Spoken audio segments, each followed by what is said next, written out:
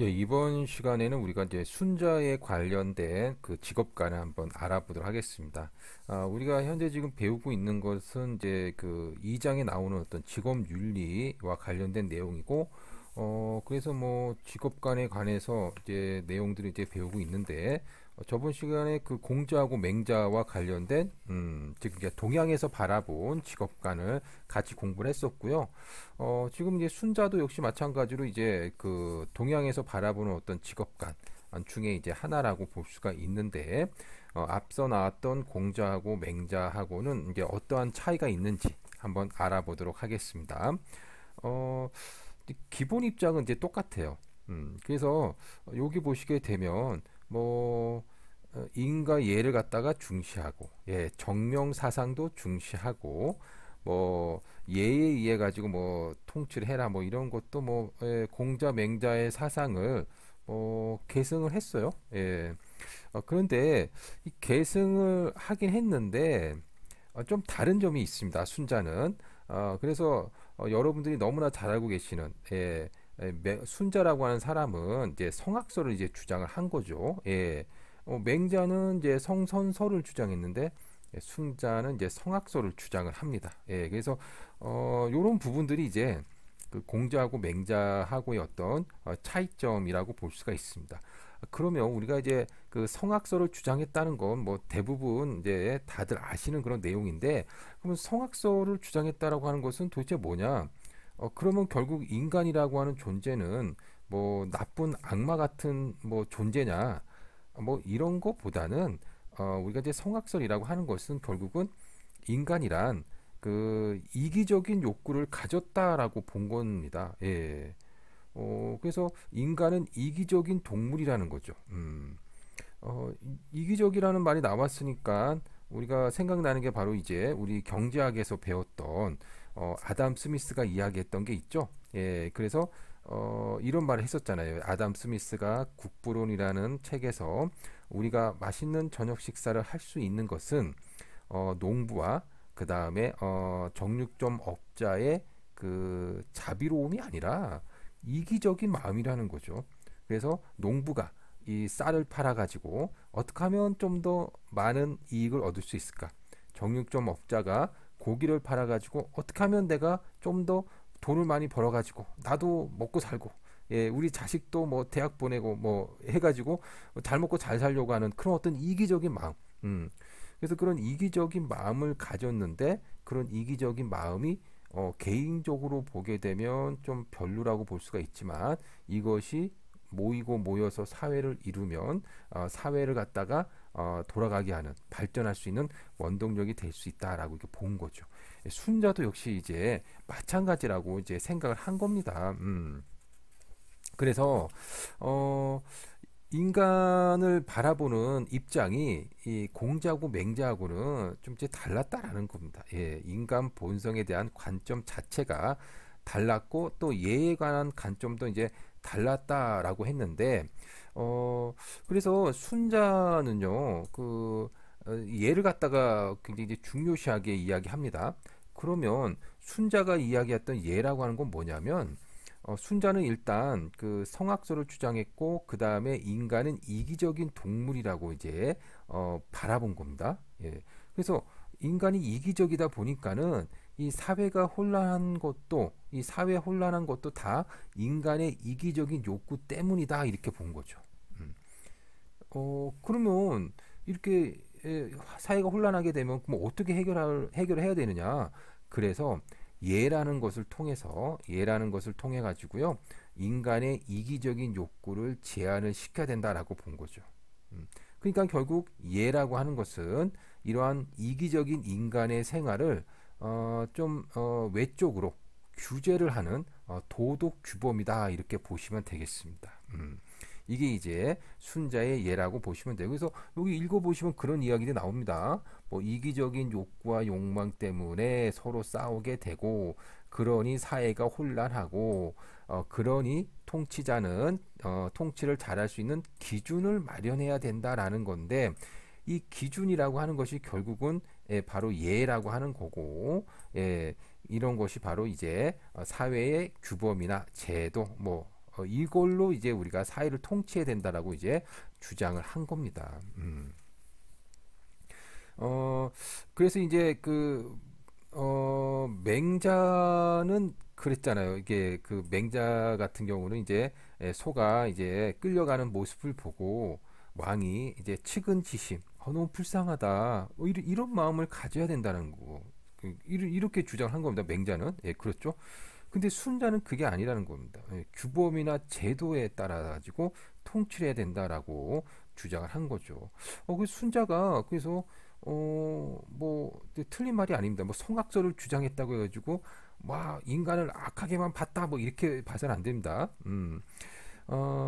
예를 들면 이런 거죠. 예를 들어서 뭐 아기가 막 울고 막 그러면 맹자 입장에서는 이제 아기가 왜 이렇게 울어? 배가 고픈가 보다, 뭐 하고 싶은가 보다 하는 어떤 측은지심, 안타까운 마음으로 안아주고 막, 뭐 먹을 거 달라고 막 세트, 여기서 해서 막 먹을 것도 주고 막, 그래서 맨날 안아주고 뭐 달라는 거 주고, 예, 측은지심으로, 예, 맨날 이렇게 하게 되면은 결국은 그 아이는 버릇이 없어지고, 뭐 지가 왕인 줄 알고 뭐 그렇게 아나무인으로 이게 클 수도 있잖아요. 하지만 순자는 그게 아니라 원칙을 세우는 겁니다.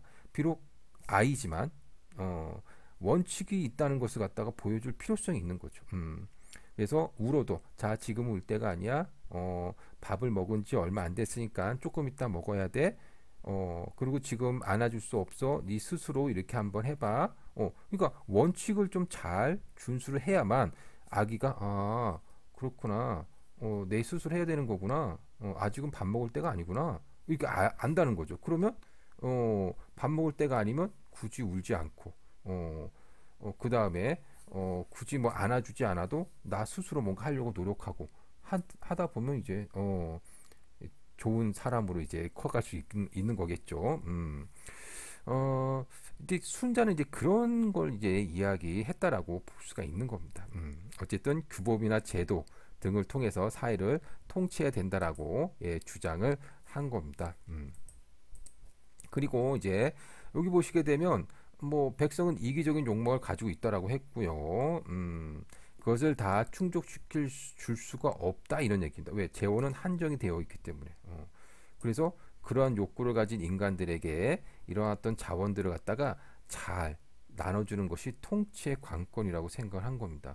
여러분 이 문장을 읽고 나서 생각나는 게 있죠. 여러분들 이제 1학년 때 경제학 원론을 배우셨을 겁니다. 예. 그래서 우리가 이제 경제학 원론을 배우면서 경제학이라고 하는 것이 무엇인지를 갖다가 이제 배웠는데 경제라고 하는 것은 결국 뭐였습니까? 한마디로 자본은 희소하다는 거죠. 우리가 원하는 것만큼 다 가질 수가 없어요. 그래서 이렇게 희소한 자원을 어떻게 하면 합리적으로 분배를 할 것인가? 그거에 대해서 배우는 게 경제학이고 그렇게 합리적으로 분배를 하는 것이 바로 이제 경제다 이렇게 이야기를 했었습니다. 순자도 이것을 꿰뚫어 본 겁니다. 예. 그래서 그 모든 자원을 갖다가 원하는 것만큼 다 가질 수가 없다라는 거죠. 그러니 어떻게 하면 이 자원들을 갖다가 적절하게 합리적으로 분배를 할 것인가? 이런 것도 바로 예라고 볼 수가 있는 거죠. 그래서 여기 보시면 예가 하나 나옵니다. 그래서 군대 조직에 관한 사례인데, 이거 뭐 모두 다 장군이 되고 싶어 하지만 뭐 모든 사람이 다 장군이 될 수는 없지 않겠습니까? 예. 그러니까는 자리는 한정되어 있고 장군 자리를 부여를 할 때 그걸 갖다가 막 자기 마음대로 하는 게 아니라 원칙에 따라 아까 우리 순자는 사회적인 규범이나 제도에 따라 가지고 사회를 통치해야 된다고 했잖아요. 그러니까는 규범, 제도, 원칙, 법, 예, 이런 거에 따라 가지고 한정된 자원이라고 할 수 있는 이 장군의 자리도 예, 적절하게 분배를 해야 된다라고 볼 수가 있는 거죠. 그래서 통치자가 잘 파악하여 능력을 가진 사람, 덕을 갖춘 사람을 선발해서 장군 자리를 부여해야 한다라고 볼 수가 있습니다. 그래서 뭐 요즘 뭐 예, 선거를 한다면 국회의원 공천 자리는 한정이 되어 있고 그러면 국회의원 공천 자리를 과연 누구에게 줄 것인가? 어떤 당의 대표가 뭐 자기 측근에게만 준다거나 혹은 뭐 돈 많은 사람에게만 준다거나 이러면 이게 안 된다 이런 얘기입니다. 이러면 안 된다는 거죠. 분배를 할 때 모든 사람이 만족할 수 있게끔 적절히 분배, 그러니까는 합리적인 분배, 법과 원칙에 따른 분배를 해야 된다라고 보시면 되고요. 이렇게 분배를 하다 보면 모든 사람에게 똑같이 나눌 수가 없다라는 겁니다. 능력에 따라서 다르게 나눠질 수밖에 없겠죠. 뭐 장군 자리로 따라서 능력 있는 사람은 장군이 되지만 그렇지 않은 사람은 장군이 못 될 수 있잖아요. 근데 그게 합리적이어야 된다는 거죠. 그러니까는 만약에 장군 자리 그냥 장군이 되지 못한 사람이 봤을 때 장군이 된 사람을 향해서 그래 저 사람은 장군이 될 만하지 뭐 워낙 뭐 능력이 뛰어나니까라고 이렇게 인정을 할 정도라면 그거는 이제 잘된 인사라고 볼 수가 있겠죠. 근데 그렇지 않다면 이제 문제가 될 수 있고 예. 그래서 똑같이 나눌 수는 없다라는 겁니다. 요거 보니까 또 생각나는 게 있네요. 똑같이 그러니까 어떤 자원을 똑같이 나눠주자라고 하는 것은 이제 우리 시대에서 빗대어 생각해 본다면 이게 보편적인 복지가 될 수 있고요. 그다음에 서로의 능력에 따라서 다르게 이제 분배를 해주자라고 하는 것은 이제 복지 혜택을 줄 때 선별적 복지라고 볼 수가 있겠습니다. 그래서 이제 이것도 이제 논쟁이 있죠. 보편적 복지를 하자. 혹은 선별적 복지를 하자. 모든 사람이 다 똑같은데 왜 누구는 많이 주고 누구는 적게 주느냐.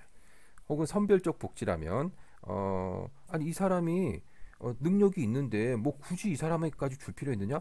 좀 더 필요한 사람에게 좀 더 많이 주자라고 하는 것이 이제 선별적 복지입니다. 여러분 보편적 복지가 맞습니까? 아니면 선별적 복지가 맞습니까? 예. 뭐 한번 이것도 여러분들이 잘 한번 생각을 해보시길 바라겠습니다. 자, 어쨌든 분배를 할 때는 결국은 이제 차등적일 수밖에는 없겠지만 그래도 합리적으로 분배를 해야 된다라고 순자는 주장을 한 겁니다. 그러면 순자의 직업에 관한 입장은 무엇일까요? 직업에 관한 입장은요. 여기 보시면 이런 이야기가 나오네요. 서로 다른 직위나 지위를 가지게 되고, 그렇죠. 예, 아까 전에 말씀드렸듯이 모든 사람에게 똑같이 분배할 수는 없잖아요. 그러니 하다 보면 분배를 하다 보면 서로 다른 직위나 지위를 가지게 될 수밖에 없다 이런 얘기입니다. 그래서 어쨌든 뭐 서로 다른 직업을 가지고 서로 다른 지위를 가질 수밖에 없겠지만 각자의 역할이 있을 것이고요. 그래서 그 각자의 역할들에 각자 충실할 것을 강조한다 이런 얘기입니다. 그래서 이제 각자가 맡은 임무가 있으면 그 맡은 임무를 갖다 충실하게 일을 하게 되면 그것이 이제 조화로운 사회가 될 것이다 라고 이렇게 이야기를 한 거죠. 여기서 우리는 또 앞에서 배웠던 정명사상을 갖다가 떠올릴 수가 있습니다. 그래서 정명사상 뭐였습니까? 우리가 공자 맹자 할 때 다 배웠던 거죠. 여기서 각자의 역할들이 있으니 각자가 그 역할들을 잘 수행을 해라 이런 얘기죠. 왕의 역할을 받은 사람은 왕다운 역할을 하고 신하는 신하다운 역할을 하고 그게 바로 이제 이상적인 사회라고 본 거다라는 겁니다. 그러니까 이제 순자도 뭐 좀 공자하고 맹자하고 조금 이제 보는 관점이 좀 다를 수는 있겠지만 결국은 이제 이런 내용들을 보게 된다면 결국 이제 같은 이상적인 사회를 갖다가 지향했다라고도 볼 수가 있겠습니다. 자, 우리가 이제 이렇게 해가지고요, 순자와 관련된 이야기를 갖다가 간단하게 같이 한번 해봤습니다. 그 다음에 이제 우리가 장인정신 한번 볼게요. 장인정신. 이 장인정신 같은 경우는 앞에서 우리가 직업의식을 할 때 좀 언급을 좀 했었습니다. 예. 그래서 제가 이제 장인이란 무엇이고, 그래서 이제 그 생활의 달인이라고 하는 프로그램에서 나오는 그런 사람들. 그래서 오랫동안 자신의 어떤 기술과 지식을 연마하게 되면 그걸로 인해 가지고 남에게도 도움을 주고, 예, 그걸 가지고 또 본인이 또 생계를 유지할 수 있는 뭐 그런 사람이라고 볼 수가 있겠죠. 여기 보시면 그런 이야기들이 쭉 나오고 있습니다. 아주 오랫동안 숙련하고 그 숙련을 통해서 자기 기량을 마음껏 펼치는 사람, 뭐 이런 사람이 이제 우리가 장인 정신이라고 보실 수가 있겠습니다.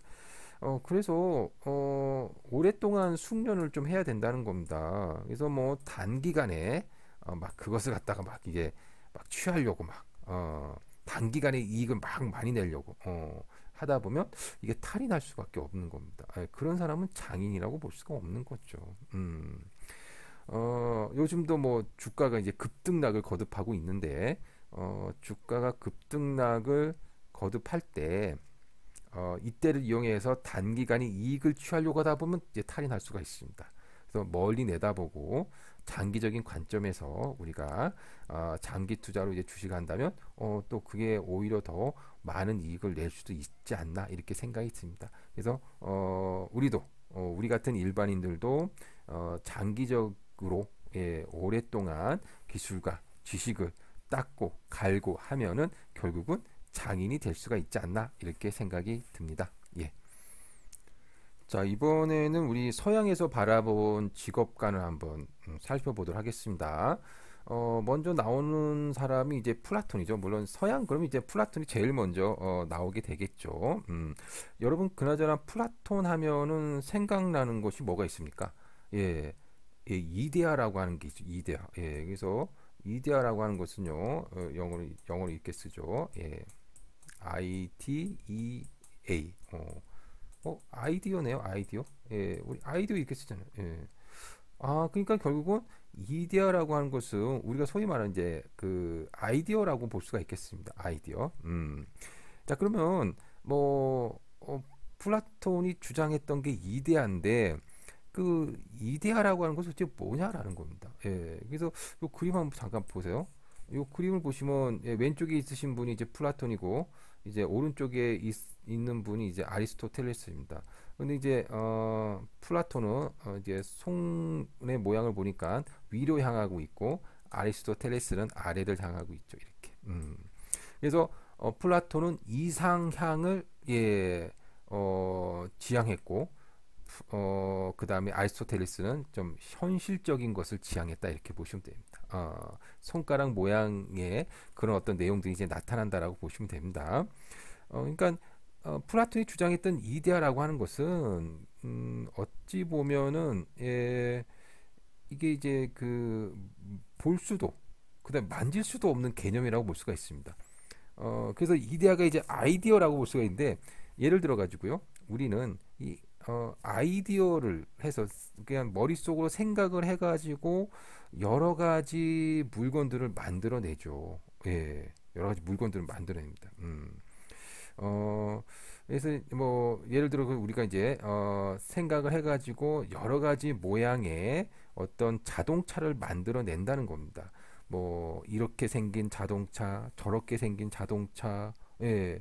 근데 우리가 머릿속으로 생각한 그 자동차라고 하는 아이디어가 완벽하게 복제돼 가지고 나온 거는 아니지만 어쨌든 머릿속에 있었던 아이디어가 불완전하게 복제돼서 현실 세계에 나오는 거죠.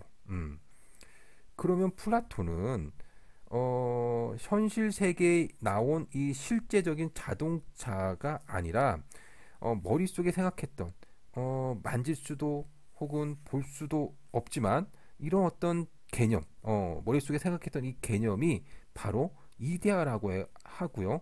이것이 바로 완벽한 개념이라고 본 겁니다. 근데 이제 아리스토텔레스는 뭐 그렇지 않죠. 아리스토텔레스는요, 현실 속에 있는 많은 자동차들을 보면서 자동차는 이렇게 생겼구나. 이건 이런 자동차고 저건 저런 자동차구나.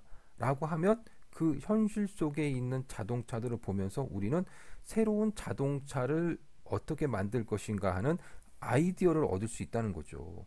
그러니까 결국은 이 아이디어, 즉 이데아라고 하는 것은 현실 속에 있다라고 이렇게 이야기한 겁니다.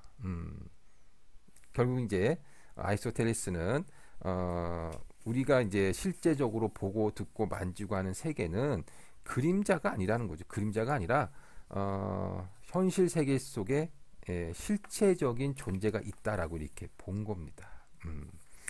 어쨌든 뭐 이데아라고 하는 거는 뭐 그런 이야기고요. 우리 이제 그걸 갖다가 이제 이야기하기보다 이제 플라톤의 어떤 직업관 요거 갖다 한번 우리가 같이 한번 또 살펴보도록 할게요. 플라톤은 그 영혼 삼분설이라고 해가지고요. 여기 보시게 되면 욕망, 그 다음에 이성, 그 다음에 또 요 기계, 이렇게 세 가지가 있는데 여러분 그 욕망이라고 하는 건 뭐죠? 뭐 욕망이라 뭘 하고 싶다, 뭐 누구를 만나고 싶다, 뭘 만들고 싶다, 뭐 이런 거잖아요. 그래서 모든 사람들은 욕망이 있을 수밖에 없죠. 그런데 하고 싶다고 해서 만나고 싶다고 해가지고 무조건 막 하고 할 수는 없다라는 겁니다. 그래서 그 이성으로서 잘 컨트롤해야 된다라는 거죠. 말 그대로 내가 어떤 일을 갖다가 하고자 할 때, 어떤 사업을 하고자 할 때, 무조건 막 하는 것이 아니라 좀 주변 환경을 좀 생각하고 해서 합리적인 방법으로 좀 해야 되겠다라고 하는 것이 바로 이성이라고 볼 수가 있습니다. 그리고 이거 갖다가 내가 이성을 통해서 하려고 하는데 생각만 하는 것이 아니라 그걸 갖다가 실행할 어떤 용기가 또 필요하겠죠. 그게 바로 어떻게 보면 기계라고 볼 수가 있는 기계. 그래서 이 플라톤은요, 요 세 가지 욕망, 그다음 이성, 그다음 기계, 요 세 가지가 잘 균형을 이룬 인간이 바로 이상적인 인간이다라고 이렇게 이야기를 한 겁니다. 이야기한 겁니다. 그러면서 이 표가 이제 나오는데 이 표는 조금 이따 볼게요. 어, 그래서 이거 갖다가 이제 세 가지 요 인간이 가지고 있는 요 세 가지 입장을 좀 승화시키게 되면 이성은 지혜로 된다는 거죠. 그러니까는 이성적인 판단을 하려면 사람이 그 지혜로워야 되지 않겠습니까? 그 다음에 기계는 용기. 기계라고 하니까는 이제 그 말이 생각이 나네요. 역발산 기계세. 그 초나라의 왕이었던 항우 있었잖아요. 항우. 항우를 보고 역발산 기계세라고 이렇게 이야기했잖아요. 뭐. 산을 뽑고 세상을 덮을 만한 기상이다. 뭐 이런 이야기입니다. 자, 어쨌든 기계 그러면 결국은 이게 용기로 이어질 수가 있고요. 그 다음에 욕망. 욕망을 없애라는 것이 아니라 이를 상황에 맞게 적절하게 조절을 해 나가야 되겠죠. 이런 게 바로 절제라고 보시면 되겠습니다. 절제. 그래서 지혜가 있으면서도 용기가 있고 절제가 되는 사람, 아주 이상적인 사람인 거죠. 지혜도 있고 용기도 있고 그 다음에 절제를 할 수 있는 사람, 그런 사람이 바로 정의로운 인간이다 이렇게 플라톤은 이야기를 한 겁니다. 플라톤 이야기. 자, 그래서 그러면 이 세 가지를 이제 조화롭게 해야 되는데 이거 갖다가 이제 국가에 적용을 시킨 겁니다. 개인이 아니라 국가에 적용을 하게 되면 결국 절제의 덕, 욕망을 추구하는데 그걸 갖다가 이제 절제할 수 있는 그런 어떤 덕을 발휘해야 되는 어떤 사람들이 있는데 그 사람들은 바로 생산자 계층이라는 거죠. 생산자 계층. 뭐 예를 들어서 뭐 농민이라든가 어민이라든가 뭐 이런 사람들. 뭐 그러니까 이제 일반 백성을 이야기한다 이렇게 보시면 되겠습니다. 그 다음에 용기를 발휘할 사람은 누가 되겠습니까? 방위자라고 했는데 결국은 군인 같은 사람들이죠. 군인. 그 다음에 지혜의 덕을 발휘해야 되는 계층을 바로 이 통치자인데 뭐 정치가들 그러니까 그런 사람들이라고 볼 수가 있겠습니다. 그래서 플라톤 같은 사람은 바로 이렇게 사람들은 크게 세 가지 역할로 이제 나눠지게 되고요. 그 역할들이 잘 조화를 이루면 그런 나라가 바로 정의로운 나라라고 본 겁니다.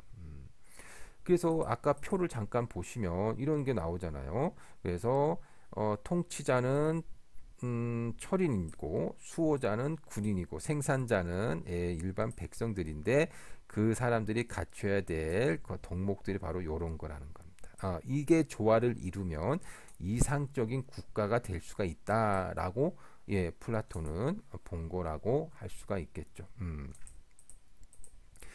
자, 그런데 여기서 이제 보시게 되면 그러니까 결국은 나라를 다스리는 사람은 통치자가 돼야 되잖아요. 예. 그래서 나라를 다스리는 사람은 결국은 지혜로운 사람이어야 되는데 지혜로운 사람이 과연 누구냐? 바로 철학적인 지혜를 갖춘 사람이라는 겁니다. 그러니까 철학자가 아니라는 거죠. 철학적인 지혜를 갖춘 사람. 그래서 이 사람은 우리는 철인이라고 하고요. 그래서 국가를 갖다가 통치를 할 때는 철인이 통치를 해야 된다라고 이렇게 이야기를 한 겁니다. 우리가 조금 오해를 할 수 있는 게 철인 그러면 뭐 예를 들어서 뭐 철인 3종 경기 뭐 이런 뭐 그 우리가 이제 그 경기를 좀 생각을 하다 보니까 철인 그러면 뭐 육체적으로 강한 사람인가 이렇게 생각할 수가 있는데 여기서 말하는 철인은 뭐 그런 사람이 아니라 철학적인 지혜를 갖춘 사람이라고 볼 수가 있겠죠. 그러니까 이 플라톤 같은 경우는 따지고 보면 그 아무나 막 이렇게 통치를 할 수는 없다라는 겁니다. 예, 지혜로운 사람, 철인이 통치를 해야 된다라고 볼 수가 있겠죠. 요즘 같은 시각으로 바라보면 이건 좀 아닌데 이렇게 생각할 수가 있습니다. 어, 요즘은 누구나 다 노력을 하면 대통령도 되고 변호사, 판검사, 의사 뭐 다 될 수 있고 할 수 있다라고 이게 생각하잖아요. 그래서 이게 역할이 나눠져 있다라고 보지는 않습니다. 물론 이제 결국은 자기가 어떤 선택을 하냐에 따라 가지고 역할이 있을 수는 있겠지만 내가 열심히만 노력하면 정치가도 되고 판사, 검사도 되고 뭐 의사도 되고 할 수 있다 이렇게 생각을 하는 거죠. 근데 이제 플라톤은 그렇게 생각 안 했던 겁니다. 그러니까 사람마다 맞는 역할이 있고 그 역할에 충실하는 것이 정의로운 나라다라고 이렇게 본 겁니다. 결국은 제가 보기에도 결국은 신분제라고도 볼 수가 있는 거죠. 역할이 나눠져 있다라고 본 거니까. 근데 이거는 이제 플라톤이 이제 그 고대 사람이니까 그때 당시 생각입니다. 지금의 잣대로 우리가 평가할 수는 없는 거죠. 예. 어떻게 보면 우리가 이제 선거를 통해서 지도자를 뽑지만 선거를 통해서 지도자를 뽑았지만 그러면 그 사람이 과연 잘 나라를 다스렸느냐? 또 아닌 경우도 많잖아요. 그죠? 예. 차라리 어떻게 보면 이상적인 정의로운 국가를 건설하기 위해서 정말 능력이 있는 그런 철인이 나서서 통치를 하는 것도 하나의 방법이다라고도 볼 수가 있는 거죠. 지금 민주적인 사회에서는 받아들이기가 조금 어려운 내용이긴 하겠지만 말이죠. 자, 어쨌든 이것이 이제 예, 플라톤의 어떤 직업관, 직업에 관한 입장인 겁니다. 보시면 아까 그런 이야기들이 좀 잘 나와 있습니다. 여기 보시면 어, 각자가 역할을 잘 해주면 그것이 이제 정의로운 국가를 만드는 최고의 방법이다. 역할은 분담되어 있다. 그 다음에 역할을 교환하는 것은 안 된다. 예. 왜냐하면 사회적 혼란이 발생한다. 예. 그러니까는 예를 들어서 그 절제력을 발휘하는 계층이 생산자. 예. 생산자는 계속해서 생산자 역할을 해야 된다. 이렇게 본 겁니다. 그러니까 지금과 같은 민주적인 사회에서는 조금 아니라고 볼 수가 있는 거죠. 자, 이렇게 해가지고 우리가 플라톤에 대한 이야기를 이제 같이 한번 해봤고요. 그 다음에 중세 그리스도교로 한번 넘어와 보도록 하겠습니다. 자, 이 중세 그리스도교의 기본 입장을 한번 보도록 할게요. 여기 보시면 이제 아담과 이브가 나와 있고 여기 보시면 이제 뱀이죠. 여기서 뱀이 이제 이브를 꼬셔서 선악과를 먹게끔 하잖아요. 그래서 이 그리스도교의 기본적인 입장은 이거지 않습니까? 신이 하지 말라고 했는데 아담과 이브는 명령을 어기고 결국은 선악과를 따먹어 버리잖아요. 그래서 죄를 지었다라 이런 얘기입니다. 그래서 사람은 태어날 때부터 죄를 짓고 태어난다 이렇게 본 겁니다. 이게 바로 원죄설이라고 보실 수가 있겠습니다. 자, 뭐 이 이야기는 뭐 다 아는 이야기죠, 여러분들. 그런데 이런 이야기도 좀 있습니다. 아담과 이브가 이제 아들을 낳습니다. 그 아들이 누구냐면 바로 카인과 아벨입니다. 그래서 이 카인과 아벨, 이 카인과 아벨은요 인류 최초의 살인 이야기인데요. 첫 번째 아들은 커가지고 농부가 되었고 작은 아들은 양치기가 되었어요. 그래서 둘 다 이제 자기가 이제 생산한 것을 갖다가 하느님한테 제물로 바친 겁니다. 근데 하느님께서는요 카인의 제물은 받지 않으셨고요 아벨의 그 제물만 받으셨어요. 예. 그래서 카인은 화가 났어요.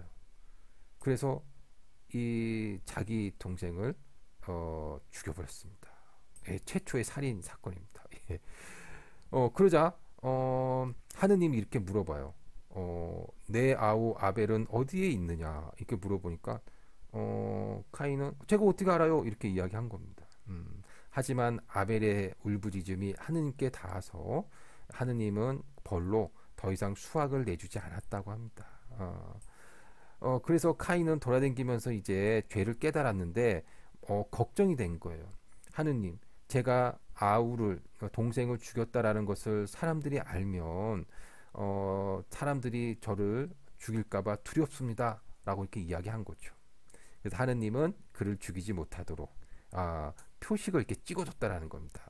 죽이지 말라라고 이렇게 표식을. 이게 이제 카인과 아벨 이야기인데 이 표식을 찍어줬다라는 것에서 이 데미안이라는 책을 보면 이게 권력의 상징으로 나옵니다. 하느님으로부터 뭔가 표식을 받은 거. 나 하느님으로부터 표식 받은 사람이야. 이거 왜 이래? 어디서 감히 이렇게 이게 어떻게 권력으로서 나타날 수도 있다. 뭐 이렇게 본 거죠. 자, 어쨌든 이게 카인과 아벨의 이야기고요. 여기 보시게 되면 이제 보시면 카인과 아벨 이게 그 수확한 농작물을 하느님에게 바치는 장면이죠.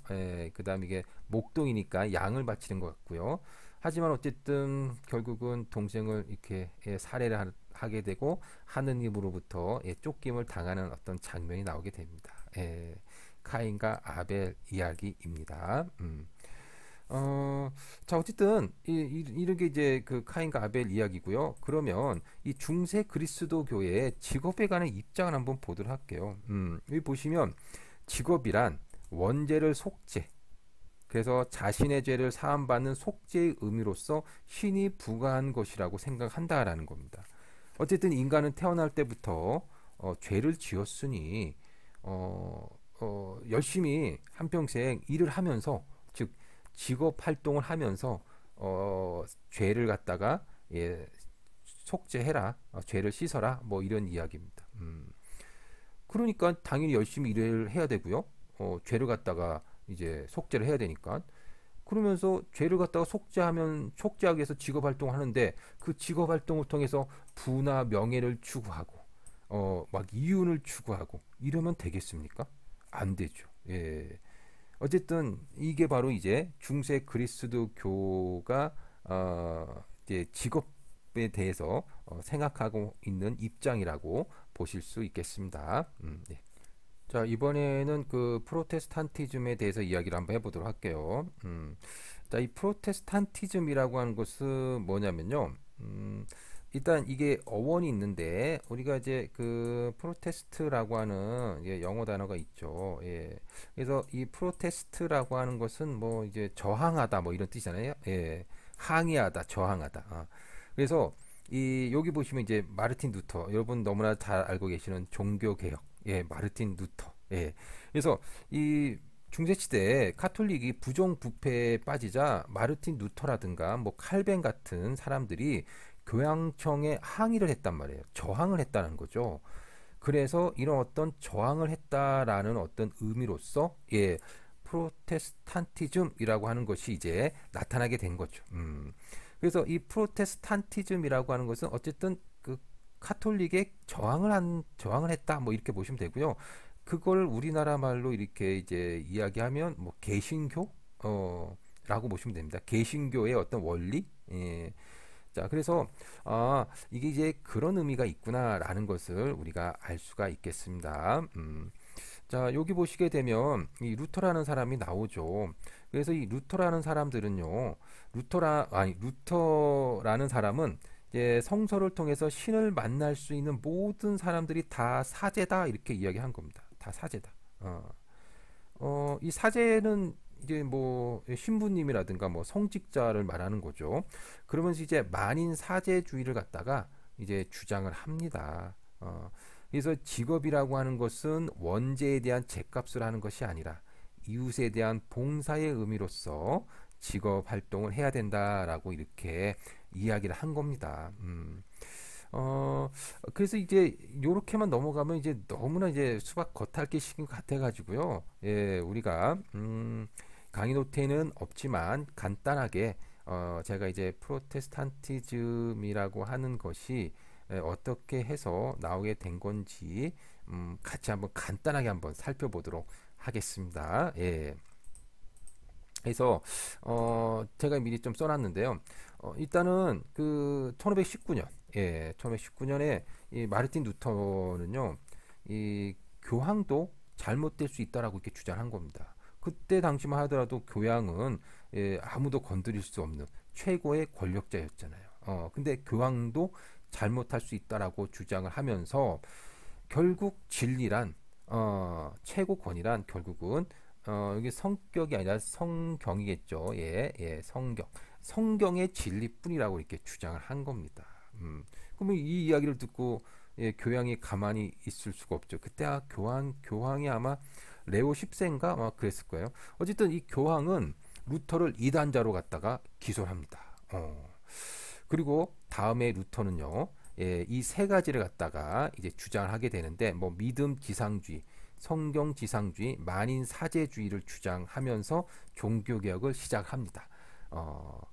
그러자 이제 당연히 교황 입장에서는 루터를 이단자로 이제 설정을 하고 이 주장을 갖다가 철회하라라고 교지를 내리는 거죠. 그러자 이 교지를 받아든 루터는 예, 수많은 군중 앞에서 이것을 불구덩이 속에 던져버리게 되는 겁니다. 그러면서 이제 주장을 했는데 그 중에서 특히 이 만인 사제주의라고 하는 것이 있는데요. 이 만인 사제주의라고 하는 것이 실제 뭐냐? 그러니까는 옛날에는 일반 사람이 하느님을 만나려면 신부님을 통해서 이렇게 만나야 되는데 그러지 않아도 된다는 얘기입니다. 모든 사람이 다 사제라고 볼 수 있다는 거죠. 그래서 마르틴 루터는 신자 개개인의 가슴 속에 시작을 해야 된다라고 본 겁니다. 신자 개개인이 다 사제니까 굳이 뭐 사제를 통할 필요가 없다 이렇게 본 겁니다. 그래서 하나님과 내가 만나는데 다른 인간이 개입할 수 없다라는 거죠. 그러니까 평신도라고 하더라도 하나님 앞에 개인적으로 나아갈 수 있다라고 본 겁니다. 꼭 성직자를 통해서만이 아니라, 그러니까 평신도하고 성직자 모두 평등하게 믿음을 통해서 하나님 앞에 직접 나아갈 수 있는 존재라고 주장을 한 거죠. 즉 영적인 평등 사상을 주장을 한 겁니다. 자, 이렇게 해가지고 이제 종교 개혁을 하게 됐는데 이것이 마르틴 루터가 의도를 하진 않았겠죠. 어쨌든 마르틴 루터가 의도하지 않았던 이것이 정치적으로도 굉장히 큰 의미를 가진다라고 볼 수가 있습니다. 모든 사람이 평등하고 모든 사람이 개별적으로 행동할 수 있다라고 하는 것은요. 오늘날 자유주의의 원리를 갖다가 나타내는 밑바탕이 된 거죠. 개인의 권리를 옹호하고 자유주의 원리. 내가 알아서 판단해가지고 내가 하나님과 만날 수 있다. 왜 하나님과 내가 만나는데 왜 다른 사람이 그것을 개입하느냐? 이런 얘기입니다.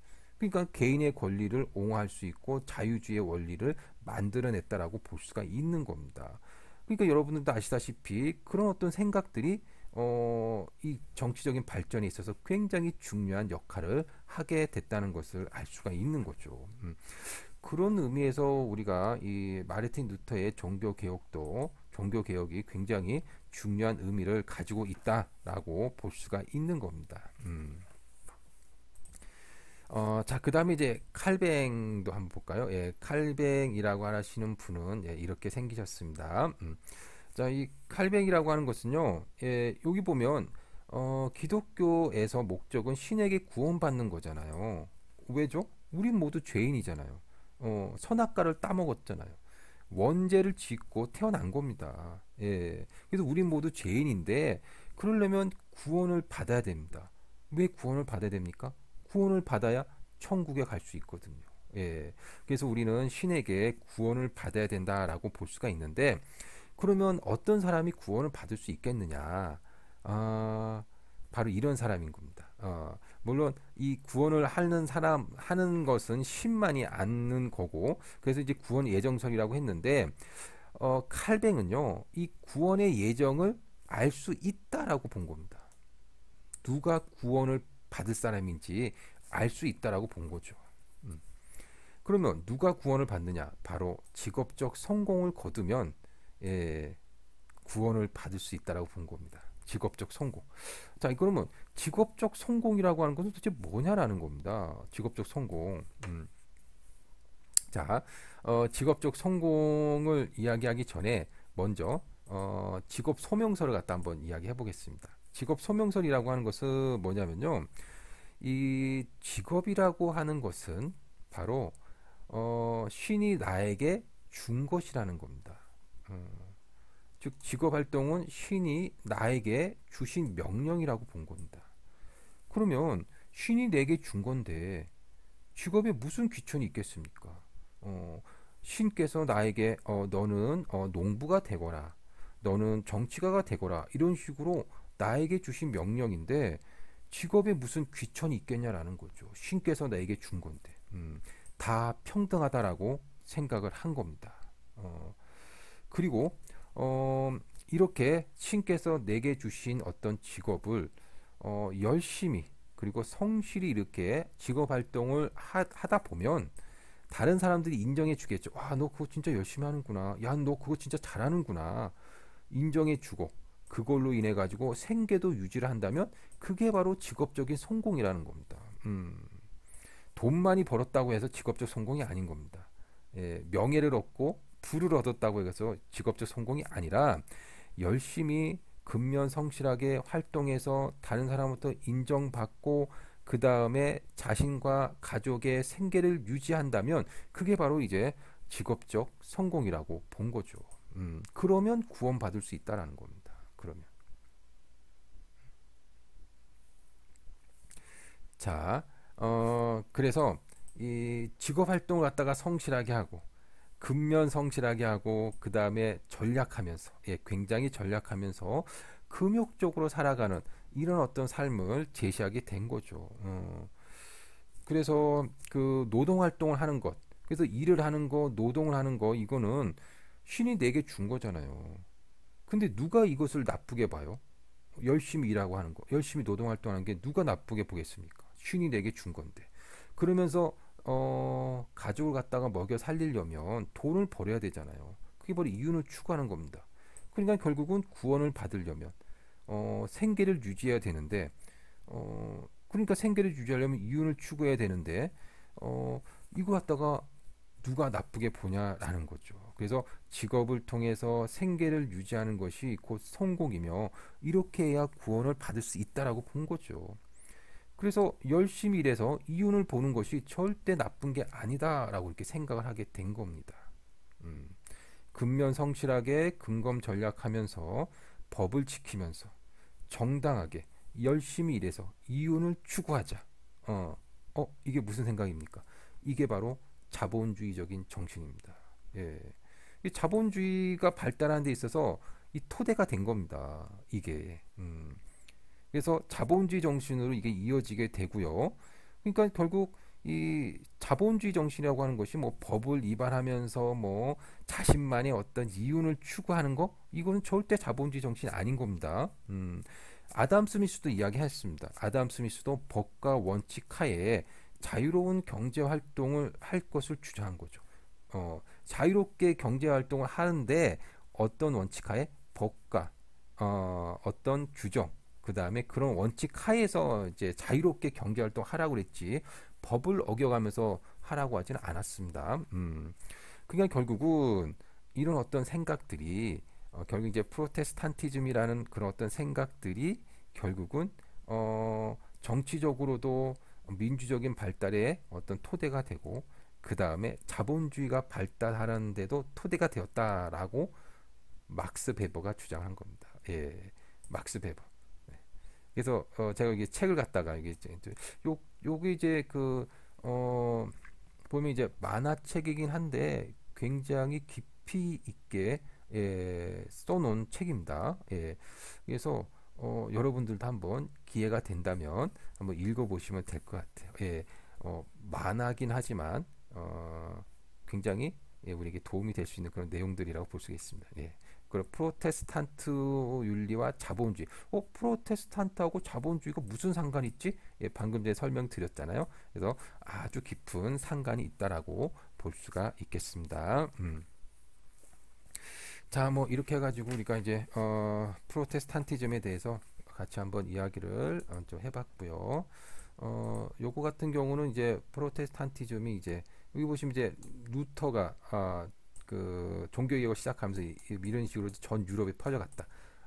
이분은 이제 칼뱅이죠. 예, 전 유럽에 또 퍼져갑니다. 이런 식으로. 예. 그래서 이런 이야기들을 같이 한번 해볼 수 있었고요. 결국은 예를 들어서 옛날에는 동양이 훨씬 잘 살았잖아요. 예. 그래서 경제적으로도 세계로 접단 동양권에서 산업혁명이 나타나지 않은 이유는 도대체 뭐냐?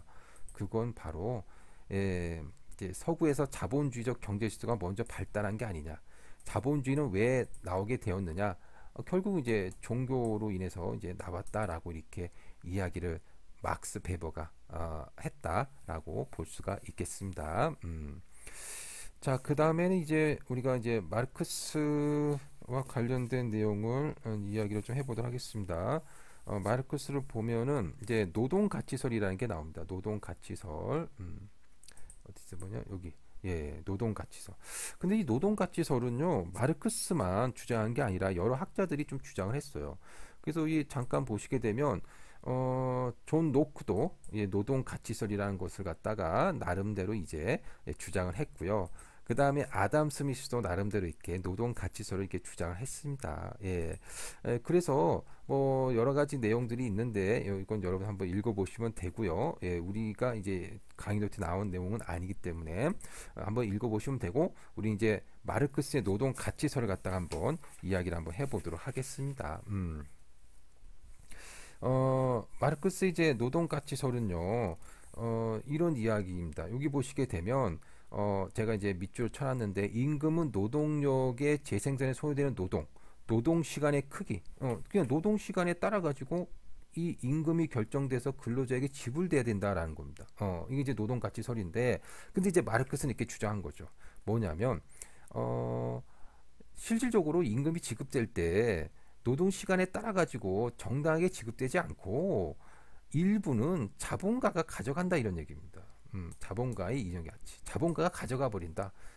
그러니까 이게 자본가가 노동자의 어떤 노동을 착취하고 있다 이렇게 본 거죠. 이게 이제 노동 가치설이고 그 다음에 이 노동 소외설이라는 것도 이제 주장을 했는데 노동 소외설이라고 하는 것은 뭐냐면 여기 보시면 이 산업화가 발달이 되고 사회적인 분업이 발생하게 되면 이제 분업이 발생한다라고 이렇게 이야기합니다. 그래서 이제 사람들이 이제 각자 자신의 어떤 전문 분야에서 열심히 일을 하잖아요. 어떤 물건을 생산할 때 처음부터 끝까지 모든 생산 과정에 관여하는 것이 아니라 그 일부분만을 관여한다라는 겁니다. 이게 바로 이제 분업이지 않습니까?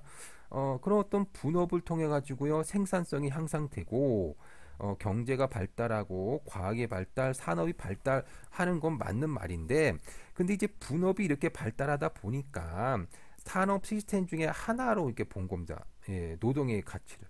그러니까 인간을 기계의 부속품처럼 생산 시스템의 한 부분으로 이게 보게 된다는 거죠. 자, 그래서 이제 인간성이 말살하게 되고, 이게 그런 일이 이제 벌어지게 된 겁니다. 그러면서 이제 어떤 이윤이 발생하게 되면 자본가가 가져가고 노동한 만큼 이제 정당하게 임금을 지불받지 못하고, 그래서 일정 부분 착취당한 채로 노동자는 임금을 받는다고 본 겁니다. 어, 그러다 보니까는 결국은 노동자 입장에서는요, 노동한 것만큼 대가도 못 받고, 그 다음에 노동을 통해 가지고 나름대로 어떤 자기의 어떤 자아실현도 못 하고, 분업을 통해서 그냥 뭐 생산 시스템의 그냥 일부분으로서밖에 대접을 못 받고 하다 보니까는 결국은 인간의 어떤 소외가 발생하게 된다라고 본 겁니다. 이게 바로 노동 소외설이라고 보실 수가 있는 거죠. 이거는 이제 마르크스는 분업에 대해서 부정적으로 본 겁니다.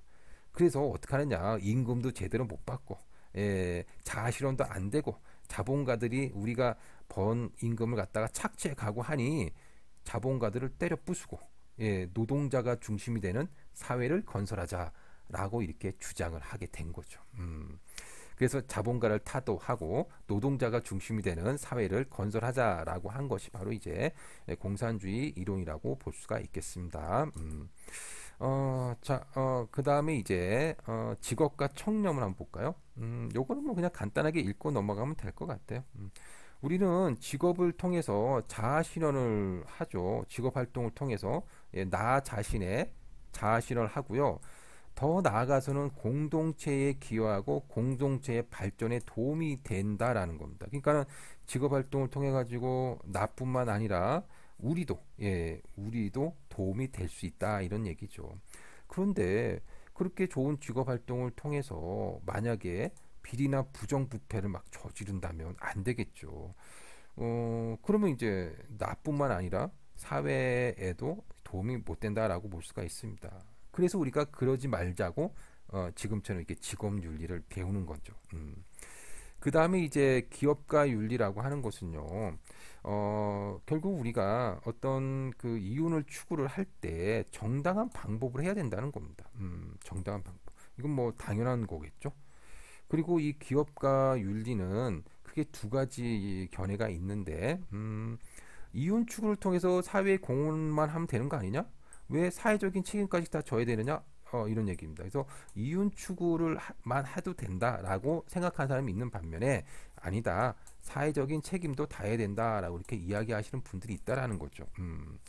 자, 그래서 이런 기업가 윤리는 크게 두 가지가 있는데 이 두 가지에 대해서는요 우리가 뒤에 가서 아주 자세하게 배우게 될 겁니다. 그 기업가 윤리를 따로 배우게 돼요. 그래서 여기서는 뭐 굳이 자세하게 이야기할 것까지는 없고, 이렇게 뭐 두 가지 견해들이 있구나라는 것 정도만 알고 이렇게 넘어가시면 될 것 같습니다.